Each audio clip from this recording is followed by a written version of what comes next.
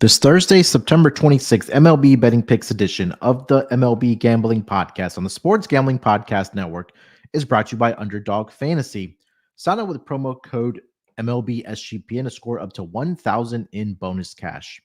We're also brought to you by Rhythm. Get your 7-day free trial today by going to sportsgamblingpodcast.com/rhythm. That's sportsgamblingpodcast.com/RITHMN.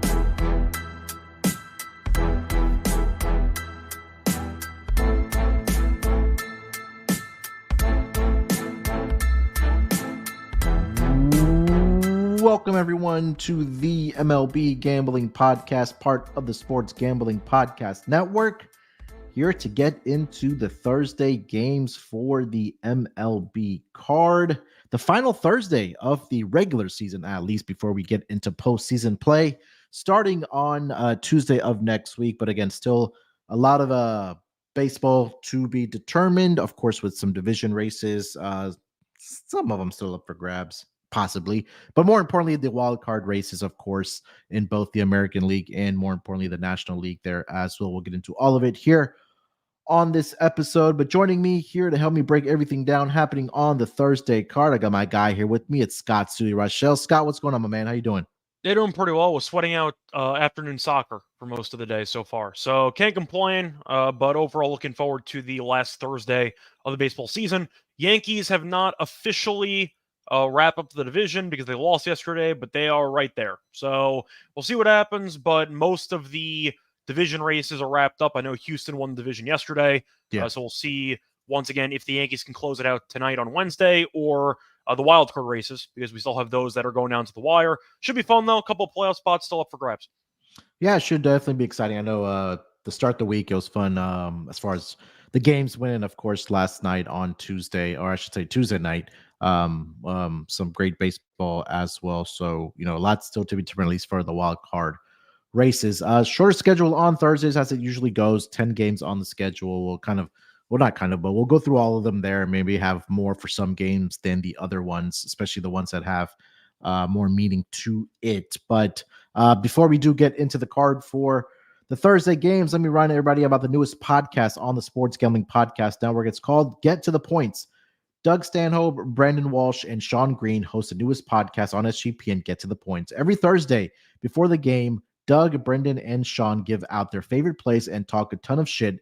Doug and Brendan are professional comedians. You may know them from the Joe Rogan podcast, the Howard Stern show, and Comedy Central. So subscribe wherever you do get your podcast. All right, Scott, let's get into it here for the Thursday card. Got some early games starting as they usually do on Thursday. We'll start it here with the Milwaukee Brewers. They are in Pittsburgh to take on the Pirates here.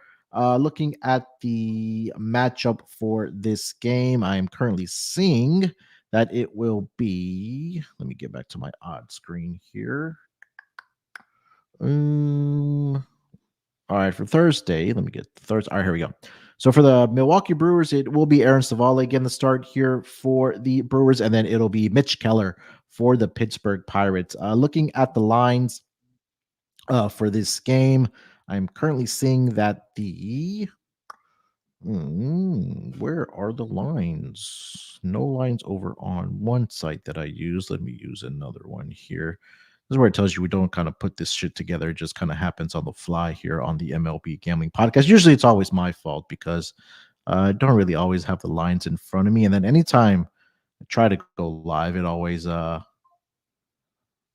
everything always slows down for me. So let me go over to FanDuel here. Scott, why don't you break down this game and then I'll get the lines here in a second.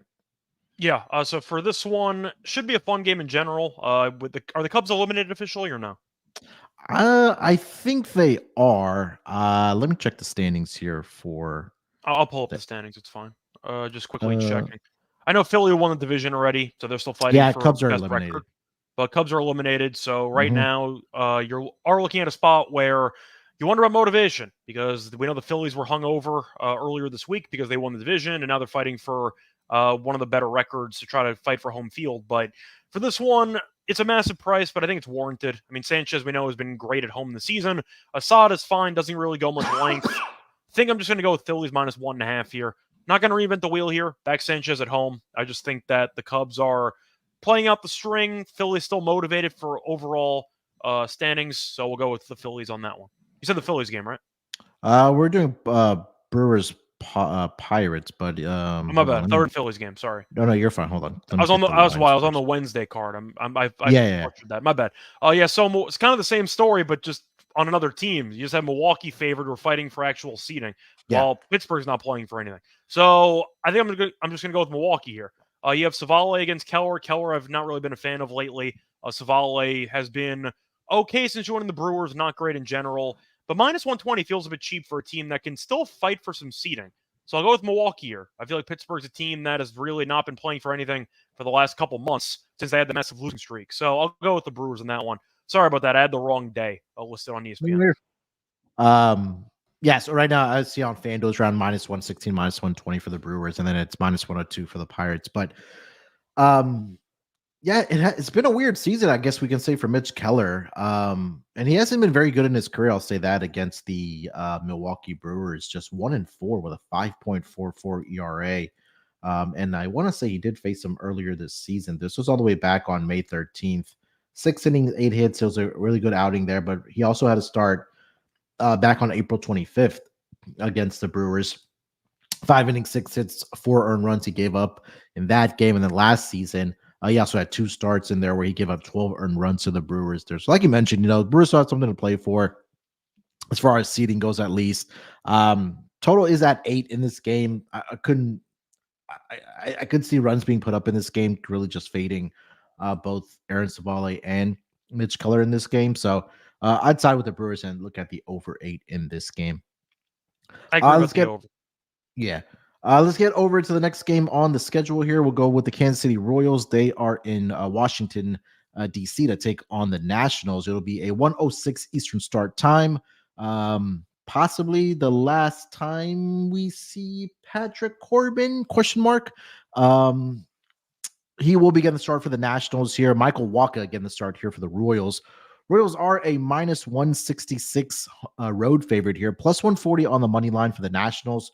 Total is set at 8.5 in this game here. Scott, what do you think about Royals and Nationals?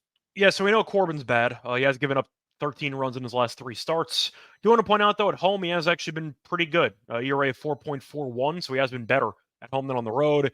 Kansas City's clinging to a wild card spot, if that's the word you want to use. They won the first game 1-0 in extra innings, but do I like how this team has played?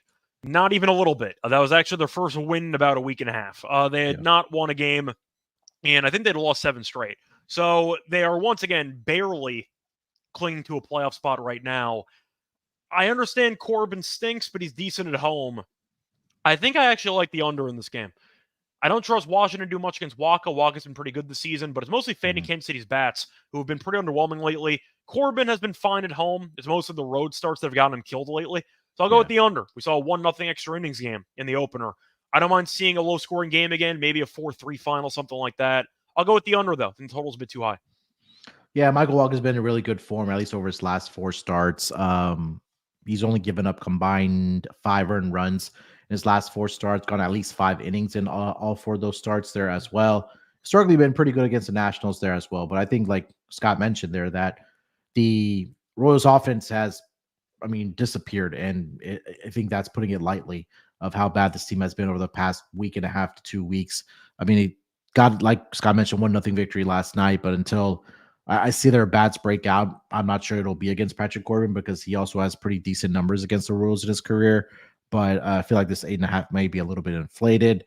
I don't want to cop out here, take the +1.5 with the Nationals. Is that -115? But you can do that. Yeah, I just don't expect the Royals team to, especially with how bad the offense has been right now, right? I just don't expect them to win by margin. So if they do win, it could be like a 4-3, 3-2 type of victory here for the Royals here. So I think +1.5 at -115. I couldn't hate that for the Nationals in this game. All right, we'll move it along here to the next game on the schedule. The Tampa Bay Rays, they are going to be in Detroit to take on the Tigers. TBD right now for the Rays. I'm not really sure if it matters, but it will be Reese Olson for the Detroit Tigers. +122 on the money line for the Rays, -144 on the money line for the Tigers. Total is set at 8 in this game here, Scott. Any thoughts on this game between the Rays and the Tigers? Yeah, I feel like when we saw this matchup on paper, we immediately thought under, and the first game ended up landing 2-1. So I'll go back to the under on this one. I have to back Detroit, though. They've been the hottest team in the league for the last couple of weeks at this point, and they're probably going to make the playoffs. Yep. So I'll go with the under and the Rangers here. I don't think it matters who pitches for Tampa, but they can't hit. And Olsen, the season's 4-8, but he's a 3.49 ERA. So he's actually been fine. He doesn't get much run support. But I will point out that he doesn't really go much length, and the Tigers have really been good when he's pitched. They've won 5 straight that he's actually appeared in. So Olsen hasn't really gone more than 3 1/3 since July. So once again, it might be a little bit of a piece together type of outing here for the actual pitching staff. But I'm going to go with the favorite. I'll go with Detroit, and I'll go with the under. I'll back with what's worked, which is Detroit winning low-scoring games. Yeah. Again, it's going to be Tigers here. I'm seeing possibly Tyler Alexander getting the start here for the Rays, but it just seems like it's going to be the Rays in this matchup. But yeah, minus 144 on the money line for the Tigers. I think that's definitely the look in this game here for me as well. I mean, Tigers right now, just looking at the standings in the wild card, they are currently 2 games ahead of the Minnesota Twins. Tied with at least record-wise, with the Royals for that 2nd and 3rd spot right now in the American League wildcard race there. So, yeah, Tigers here for me again with all the motivation here for them to make it to the postseason. Couldn't talk you off of the Tigers in this matchup. We'll get over to the next game on the schedule. The LA Angels. They are in Chicago to take on the White Sox.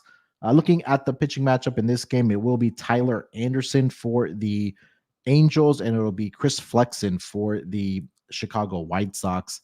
Looking at the lines for this game, the Angels are a minus 142 road favorite here, plus 120 on the money line for the Chicago White Sox. Total is also set at 8 in this game here. Scott, any thoughts on Angels White Sox? Yeah, I'm annoyed. Flexen won back-to-back starts, and then eventually they lost the last one. So the streak is over, but I think I am going to go back to the Angels here. Just feels a bit cheap. I know the Angels aren't exactly a good team. They were winning yesterday, blew it, and the White Sox did win. But I do think that Anderson has been objectively better than Flexen by a pretty wide margin. I understand both these teams aren't very good, but if you're asking me which team I think is better and which pitcher is better, it's going to take me to the Angels. Yeah, I mean, I know Tyler Anderson has struggled in his last 2 starts, but it was against the Astros, his career numbers against the Astros have just not been very good. I wouldn't be shocked if we saw runs in this game. I know, like you mentioned about Chris Flexen, he won his past couple starts, but overall in the season just has not been very good for that White Sox team, let alone the team as a whole has been very good. Of course, we know the story with the White Sox this season, but I think both starters can give up a few runs in this game. Last start for Chris Flexen was against the Padres, 5 innings, 4 earned runs, 3 strikeouts, 2 walks. Walks also are all concerned for with Flexen. He's issued at least 2 walks in 4 of his last 5 starts to the opposition there. And again, Tyler Anderson, I think that he can give up a couple here as well. So if you want to go first 5 innings, over or full game, again, really just fading that bullpen, of course, of the Chicago White Sox. Couldn't talk you off of that, but over 8 would be the look in this game here for me. All right, before we continue the conversation here on the Thursday card in MLB, let me tell everyone about our friends over at Underdog Fantasy. Underdog Fantasy Pick'em is always adding to their awesome menu. They now have first touchdown projections. There are a ton of ways to win with NFL, college football, MLB, MMA, and more. Their lobby is jam-packed with profit boosts and no-sweat entries. And you can now use specials and boosts on all flex entries. So sign up with promo code MLB SGPN to claim your special pick and first-time deposit offer up to $1,000 in bonus cash. That's UnderdogFantasy.com. Make sure you use our promo code MLB SGPN. All right, let's continue rolling here on the Thursday card. We'll go over to Coors Field, where the St. Louis Cardinals are visiting the Colorado Rockies. Looking at the pitching matchup for this game, I see TBD for both teams, but it seems like it may be Kyle Gibson for the St. Louis Cardinals, and it'll be Kyle Freeland possibly for the Colorado Rockies. Cardinals are a slight road favorite here at minus 118. Even money on the money line for the Colorado Rockies. Total is set at 10.5 in this game here. Scott, any thoughts on Cardinals Rockies? Well, I have to have thoughts because we're doing the show, but I'm not going to bet this. Both teams have nothing to play for. Cardinals won the first game 7-3. Gibson's been fine this season. Freeland has been okay. I mean, most of his bad numbers were earlier this season. He's been good at home, 3.75 ERA at home. Last two starts, though, 13 innings, 7 runs allowed, 5 home runs allowed. So Freeland has kind of been giving up some hard contact lately. Gibson, we know, does pitch to a lot of contact, but he's been on the road, 3.52 ERA. Last two starts, though, 9 total runs allowed. I might like the over in this game. It's really difficult to pick matchups that really don't matter for anybody to try to find some value on, but I see contact. I see some home runs. I'll go over, but for the sake of the side, I trust the Cardinals more than the Rockies. Very, very low bar, but I think I like the over because both pitchers haven't been good lately. So give me the over. Yeah, Kyle Freeland historically in his career hasn't been very good against the Cardinals. 0-3, the 4.54 ERA. 4.54 ERA. His last start was back on April 11th of last year at 2023. Had a pretty good outing, 6 innings, 6 hits, 2 earned runs in that matchup against the Cardinals. But yeah, I mean, I don't know. Really, nobody's really going to be paying attention to this game. Kyle Gibson on the other side, I mean, just turning into a little bit of a journeyman now in his career. 8-8 on the season, 4.13. Nothing really to, ride home about there. Last start was against the Guardians, 6 innings, 3 earned runs. The Cardinals have lost back-to-back starts that he has made against the Blue Jays and, like I mentioned, against the Guardians there. So I'll probably just root for runs with you in this game. Don't really have a preference on the side in this matchup. We'll get over to the next game on the schedule. The Texas Rangers, they are in Oakland to take on the A's. Kumar Rocker getting started here for the Texas Rangers. Going to be JT Ginn for the Oakland A's. The Rangers are a slight road favorite here, -110. -106 on the money line for the Oakland A's. Total is also at 8 in this game here. Scott, anything for Rangers and A's? Yeah, I feel like I like Rocker as a pitcher, but I really do like the A's this week, or I should say in the series, because they're actually selling out their stadium because it's like the last home series, right? Isn't it the last home series? So yeah, it is, yeah. I saw some people leaving with seats from the Coliseum. They ripped them out of the ground. They had a walk-off win yesterday. The crowd went nuts. The fact that there's fans there kind of leads to a lot of, I'd say, potential chaos because, one, they might destroy the stadium physically. B, there's actually like an atmosphere there. I think I got to go with Oakland in the series just because I think that they're going to be motivated with the actual crowd behind them. I think Rocker might pitch well, so maybe if you want to go for Texas first 5, I don't hate it. But I got to go with Oakland this entire series because I think the fans are going to tear the stadium to the ground. I just think that the atmosphere is wild, and you saw it in the first game. Give me Oakland. Yeah, I talked about this with Mal on the Monday pod. It's like I'm just going to be back in Oakland for all of their remaining home games here. And, I mean, that had nothing to do with breaking down the pitchers. But obviously, this being the last series at the Coliseum there, it's going to be rowdy. The fans should be getting out there for this game, as like we mentioned, at being the last game there. But yeah, Rocker could go along well here. But again, how long is he going to be out there is going to be the question for me in this game. But yeah, just give me the A's here, -106. I really didn't have much for this game, honestly, between these two squads. All right, let's get over to possibly the pitching matchup, at least for this Thursday card and maybe the week here. The Baltimore Orioles, they are in Yankee Stadium to take on the Yankees. Corbin Burns getting the start here for the Baltimore Orioles, and it'll be Garrett Cole getting the start here for the Yankees. Orioles are a +110 road underdog here. Yankees are -130 on the money line. Total is set at 8 in this game.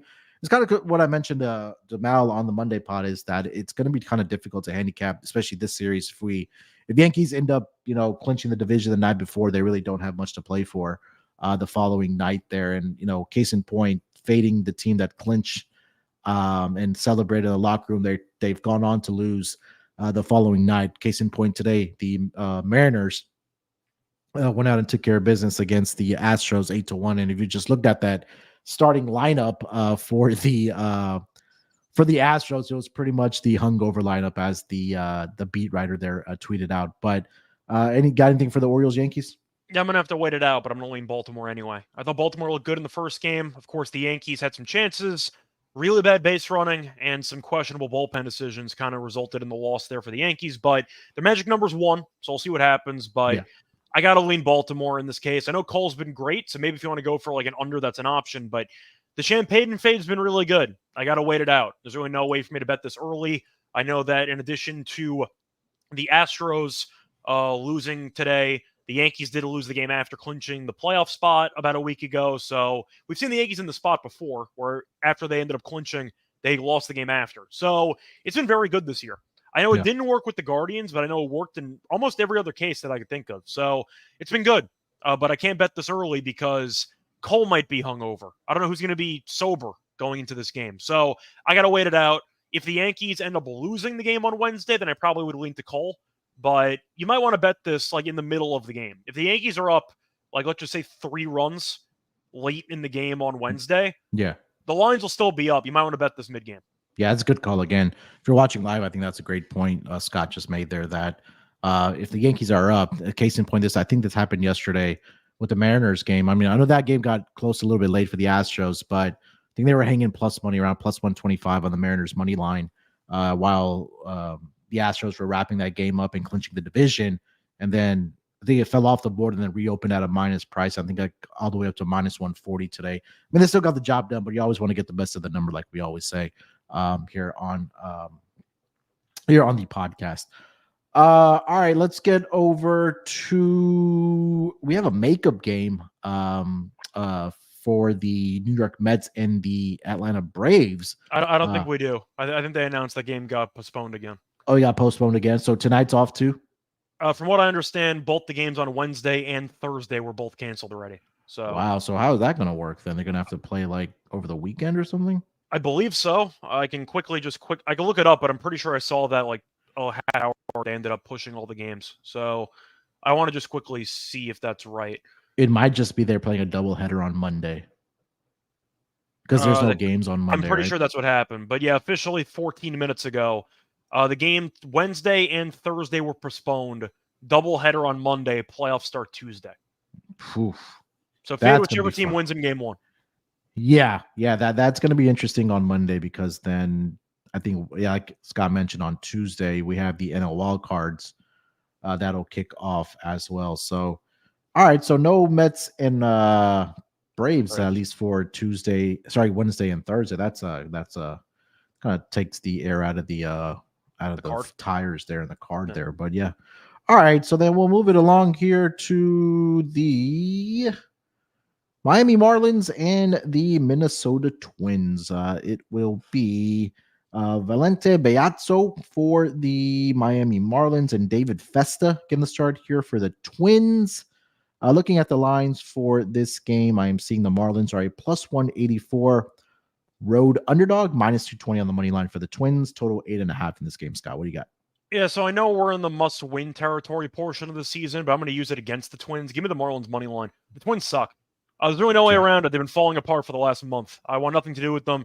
Plus 180 something on a fade. That sounds like a great price to me. Lost the opener 4-1. They've lost their last 3 games by a combined score of 21-5. Once again, must-win games against Boston, who doesn't care, twice. And against the Marlins at home, they lost 4-1. I can't back Minnesota. This team sucks. I'll go with the Marlins. Yeah, Mal was on this on Monday, just really fading how bad the Twins have been, and then they came out and took care of business. Did the Marlins against the Twins? I think it was like a 4-1 victory there for the Marlins. But I think the Minnesota Twins team is done. I think, to say the least. I know they have a not realistic, but mathematical chance of still making it to the postseason from a wild card perspective.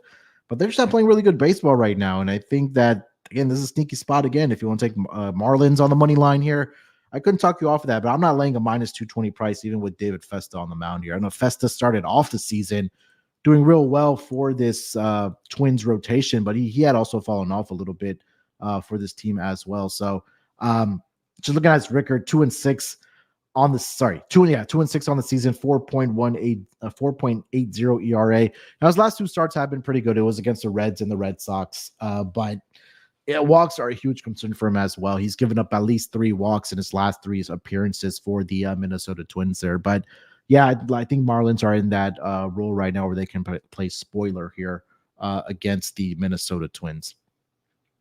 All right, last game of the night, and it's a doozy, of course. The San Diego Padres, at least a series is maybe not the pitching matchup, but the San Diego Padres, they're at Dodger Stadium to take on the Dodgers. Joe Musgrove getting the start here for the Padres. It'll be Walker Buehler for the Dodgers. Dodgers are a minus 118 home favorite here. Even money on the money line for the San Diego Padres. Total is 8.5 in this game here, Scott. And I'm not, I'm shocked to see a minus price next to Walker Buehler. Yeah, that's kind of where I'm at. I do want to ask you, though, for the sake of the celebration last night, did San Diego break open the champagne yesterday because they're fighting for the Dodgers and they could potentially lead the division if they sweep? Let me go and check. So I'm actually curious. Can you delay the champagne if you're trying to fight for like a first place spot? I don't know. I would delay it. I mean, look, that's what I would do, but I don't know if they're going to. So that's kind of let me see on their Twitter from yesterday if they had any bottle popping after they clinched. I mean, it would make sense because they turned a triple play to clinch a playoff spot, but conceptually, you can still win the division. And if you pull off a hypothetical sweep, then I think you're in first place based on the tiebreaker. So they were partying last night. They were partying. Okay. Yeah. That's unfortunate. I think I'll go with the Dodgers, of course, tonight then. Keep that in mind. Wednesday night might be a Dodgers play. I'll go with the Padres in the Thursday game, though. I've mentioned Buehler. I've roasted him for months. He shouldn't make the rotation in the playoffs. He's awful. I'm going to go with San Diego. Musgrove's been pretty good since coming back off the IL. Think this game might be close, but I like San Diego. You said minus price by Buehler. That's all I needed to hear. Give me San Diego. Yeah, San Diego team total over first 5 full game. I think it would also be the look here, just really fading how bad Walker Buehler has been. And again, this, despite how great this offense is, you need pitching in the postseason. And the Dodgers just don't have that right now. I mean, who's been their best pitcher this season? Is it been, I mean, they had Glasnow, but he's not coming back. They had Glasnow for a bit. I know Yamamoto came back, and he's been kind of hit or miss, mostly good, but I know he got shelled, I think, last outing. Yeah. Flaherty's been fine. Flaherty's been good since they acquired him. Yeah, and Walker Buehler, historically, I'll mention this, that he's been actually pretty good against the Padres in his career. 6-1 with a 1.80 ERA. Makes me curious to see if he's made any starts this season. He did have one back all the way on May 12th where he got blasted, 3 1/3, 5 hits, 3 earned runs in that game. But it's just really the recent form right now for Walker Buehler. 1-6 on the season. Gave up 4 earned runs to the Colorado Rockies at home. Just hasn't been very good for him. So we'll go with Joe Musgrove for the Padres money line in this game, and also hoping to get runs off of Walker Buehler in this matchup. I do want to ask you quickly, though, before we officially wrap it up. I was trying to think to myself what the Dodgers' actual rotation would be for a playoff series. And I was wondering if you could help me. Sure. Because I don't know who the hell would pitch in these games. I know Yamamoto will get a game, and Flaherty's going to get a game. Yep. They used Knack yesterday, who I don't think is any good. No. I don't know what do they have. Kershaw's on the IL right now. I'm not sure what his story is, but he's been bad this season anyway. Like, talking about a team that's favored to potentially win the NL with a good record, and Ohtani going to win MVP. Kershaw yesterday was not ready to face hitters because of the toe issue. That's according to the manager, Roberts. So I don't know who's pitching like half the games for the Dodgers in a playoff series. Who would be pitching for this team? I think it will be Flaherty, Yamamoto, Gavin Stone, and you have to put a Knack there. You're not putting Bobby Miller out there. He's been absolutely terrible. He got demoted. Him down. And I don't think Knack's great either. So I don't know what options you have. But that's kind of going back to the Dodgers and why, spoiler, I will not be picking them to actually win the World Series this year. That rotation's a disaster. I'm not saying they're going to lose in the first round, but if they did, I would not be shocked because that rotation is a complete gas can right now.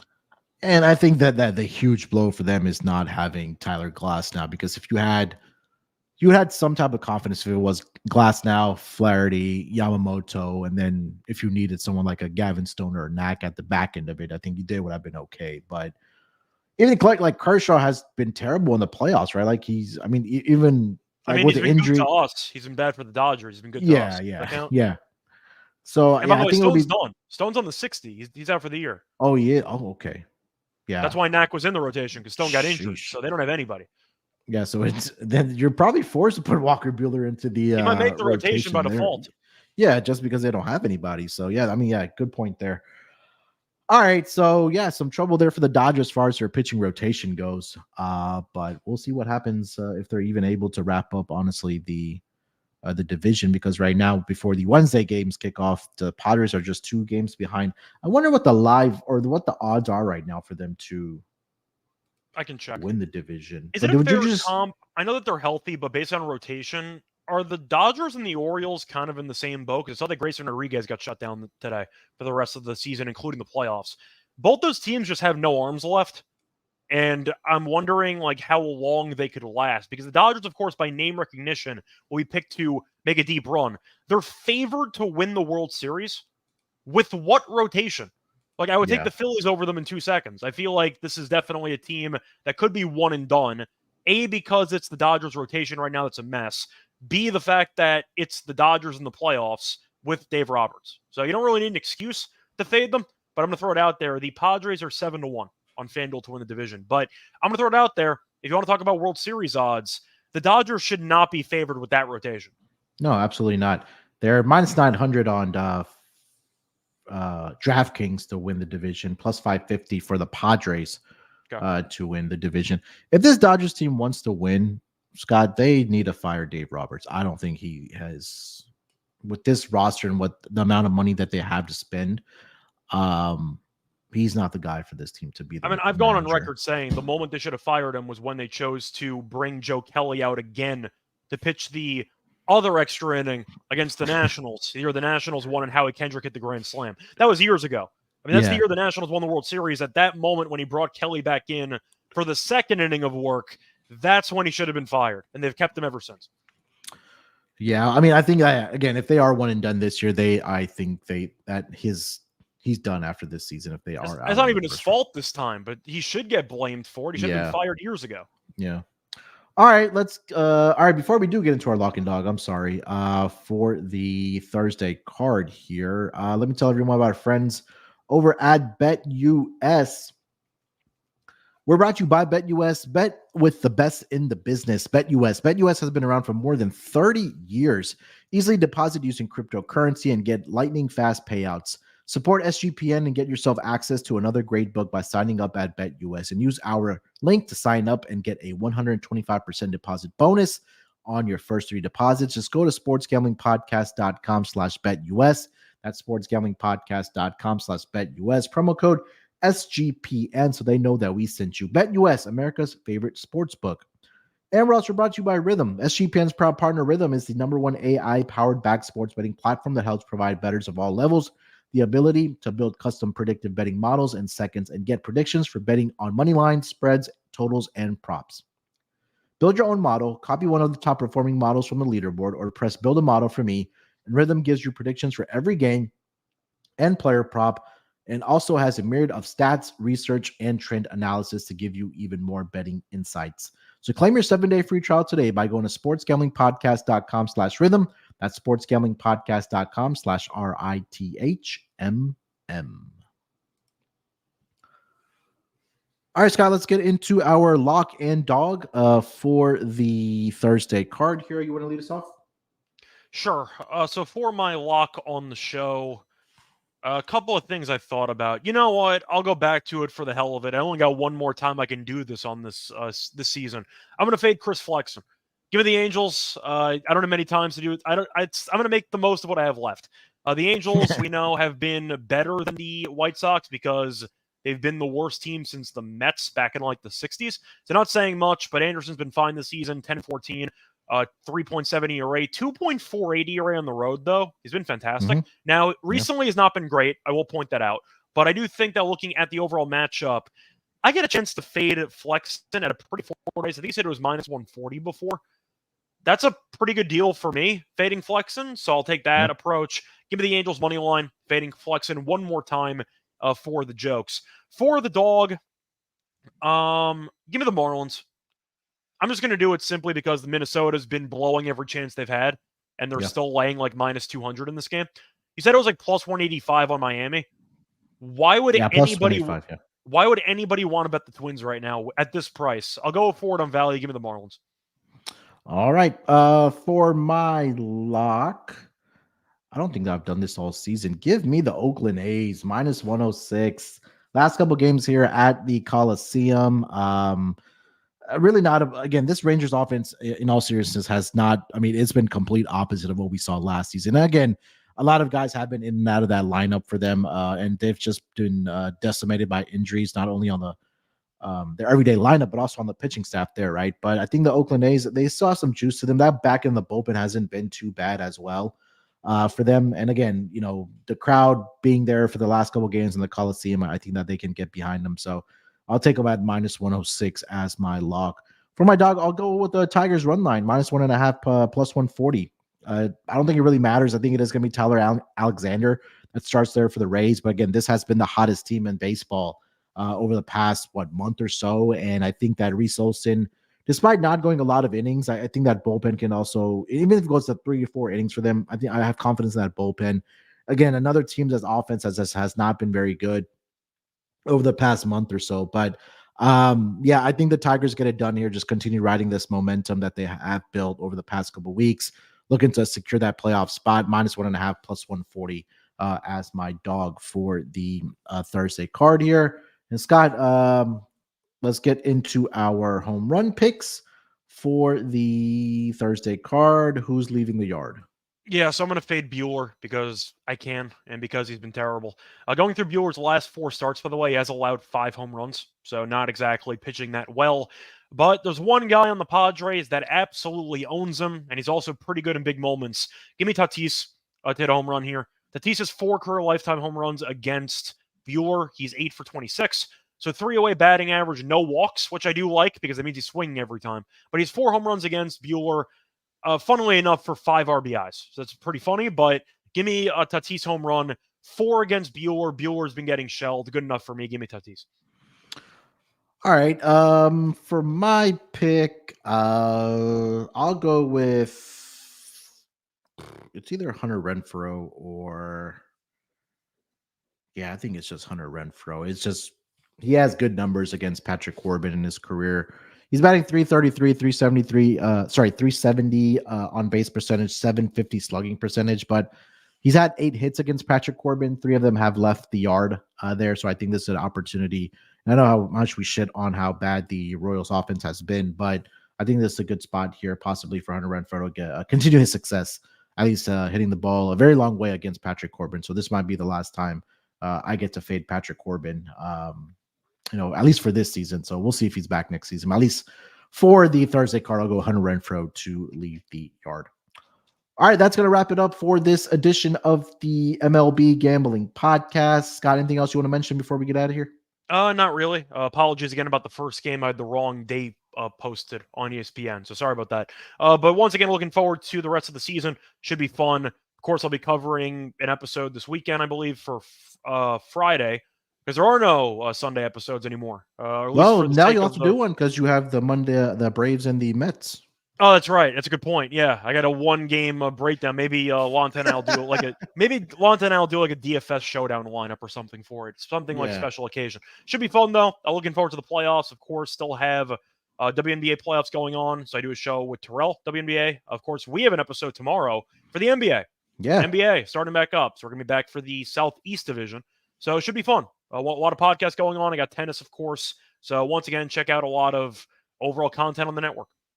Yeah, busy times is usually this time of year with sports and more sports going on. Obviously, like Scott mentioned, WNBA playoffs in full swing. NBA about 27 days away. But we're going to be firing up all the division previews starting tomorrow with myself and Scott for the, like Scott mentioned, with the Southeast Division. So check us out on the NBA Gambling Podcast tomorrow. And then, of course, we'll be here all throughout the week for the MLB, getting you guys ready for the weekend and, of course, the playoffs next week. So definitely looking forward to it here for the MLB Gambling Podcast. Make sure you guys follow Scott over on the Twitter machine at Reichel Radio. You can follow me there as well at SportsNerd824. And if you haven't already subscribed to the MLB Gambling Podcast YouTube channel, please do us a favor and go ahead and hit that subscribe button first as well. Appreciate everybody in the chat, the usual suspects, TVDBJ, Nathan in there as well, Gio in there as well. So appreciate all you guys joining us daily here on the MLB Gambling Podcast. We'll talk to you guys tomorrow. Till then, good luck with your bets. Let's rake these books off, and always remember to let it ride.